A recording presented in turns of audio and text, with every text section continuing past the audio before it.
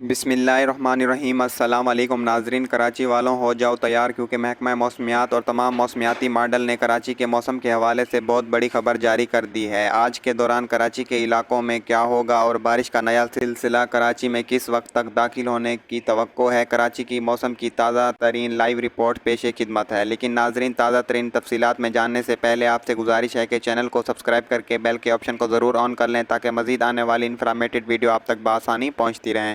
تو ناظرین، اس وقت کی تازہ ترین موسم کی صورتحال کے مطابق کراچی کے قریب ٹھنڈا اسٹرانگ کی تشکیل کا عمل جاری ہے۔ اس وقت ٹھٹہ کے قریب بارش برسانے والے بادل بن چکے ہیں۔ امید ہے کہ آنے والے چند گھنٹوں میں کراچی کے مضافاتی علاقوں اور شمالی مشرق میں بارش کے چانسز بن سکتے ہیں۔ چند گھنٹوں بعد ڈی کے قریب ٹھنڈا اسٹرانگ تیار ہو تو کراچی کے کئی علاقوں میں بارش کے چانسز موجود ہوں گے۔ اور مزید آپ کو بتاتے چلیں ناظرین کہ آج شام رات تک شہر کے قریب مزید گرج چمک والے بادل بننے کی توقع ہے۔ ان بادلوں کی شدت میں اضافہ ہوا تو آج شام اور رات کو بھی بارش کی تقریباً 50 سے 60% امکانات بن سکتے ہیں۔ تاہم آج شام رات تک کراچی شہر کے مضافاتی علاقوں میں گرج چمک کے ساتھ تیز بارش کے امکانات ہیں۔